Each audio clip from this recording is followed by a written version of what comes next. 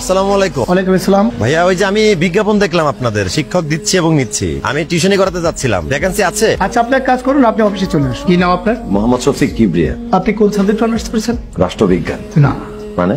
আপনি গণিত অনার্স করেছেন ঢাকা বিশ্ববিদ্যালয়। টিউশনি বাসার ফোন নম্বরটা এবং ঠিকানাটা আপনাকে আপনি কোন বিশ্ববিদ্যালয় থেকে ম্যাথে মাস্টার্স করেছেন? জি, আমি কেশবপুর জাতীয় বিশ্ববিদ্যালয় থেকে রাষ্ট্রবিজ্ঞান অনার্স করেছি।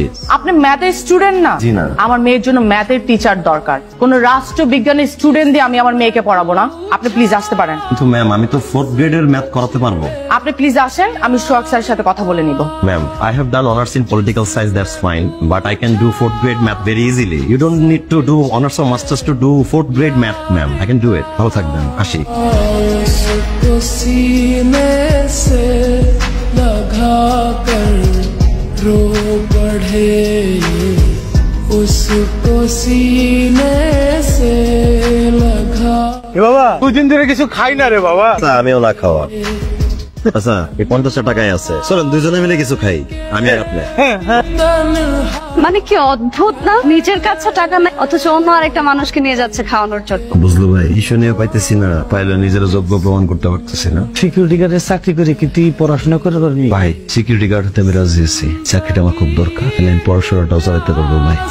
बन कर रह गई जिंदगी एक प्यास बन। আসসালামু আলাইকুম। আপনাকে পরশু আমার কলেজের সামনে দেখেছিলাম না? আপনি পড়াশোনাও করেন নাকি? জি ম্যাডাম। কোন সাবজেক্ট? ম্যাডাম, আমি ওই বাংলা কলেজে রাষ্ট্রবিজ্ঞানে মাস্টার। আমিও ওই কলেজেরই শিক্ষার্থী। ম্যাডাম, তাহলে তো খুবই ভালো। আমি আপনার কলেজের জুনিয়র, আমাকে ম্যাডাম বলতে হবে না। আমার ছোট বোনটা ক্লাস 9 এ পড়ে, ওর জন্য টিচার খুঁজছিলাম।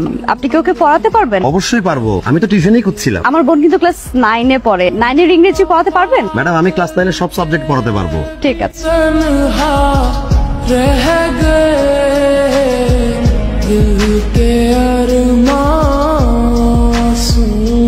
में बह गए। স্যার, আছে কিন্তু আপু বাসায় নেই। তো না মানে মনে মনে যদি আপুকে খুঁজেন তাই বললাম। बह गए दिल के अरमासूं। আপনাকে একটা কথা বলার ছিল। জি বলেন। না থাক, এখন না বলি। যে কথাটা বলার জন্য 1.5 বছর যাবত অপেক্ষা করেছি, সেটা পরেই বলি। कि तन्हा रह गए। দারুণের টিচারকে বলে দিস তাকে আর পড়াতে আসতে হবে না। কেন, কি হয়েছে? এই প্রশ্নের উত্তর তো আমি তোকে দেবো না। আসুন, এই মাসে 15 তারিখ আমার বন্ধুর ছেলে সুমন বিদেশ থেকে বাংলাদেশে আসবে। 18 তারিখ তোদের বিয়ে। তোর শপিং করার জন্য একটা বন্ধু দরকার, তো সেই বন্ধুটা আমার বন্ধুর ছেলে সুমনই হবে। ছোটবেলায় তোদের মা মারা গেছে, আমি তোদের বাবা, আমি তোদের মা। আমার কথার অবাধ্য হলে তুই তোর বাবাকে হারাবি। तुमसे बिछड़े আজকের পরে আপনার সাথে আমার আর দেখা হবে না।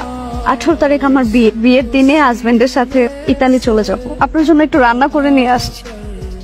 এটাই মনে হয় আমার হাতের লাস্ট রান্না করা। আমার জাল দিলে কি যেন বলতে চেয়েছিলেন? সেটা এখন বলে আর কোনো লাভ নেই।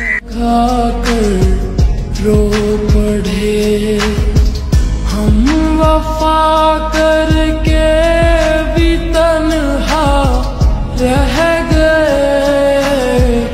ভাই, এই রোল নাম্বার কার? আমার। বলেন কি প্রিয় ভাই ও বোনেরা, আমাদের এই যাত্রী ভাই বিসিএস পরীক্ষায় উত্তীর্ণ হয়েছে। সে একদম বিসিএস ক্যাডার হয়েছে। সবাই তার জন্য করে তালি। एक प्यास बन कर रह गई जिंदगी।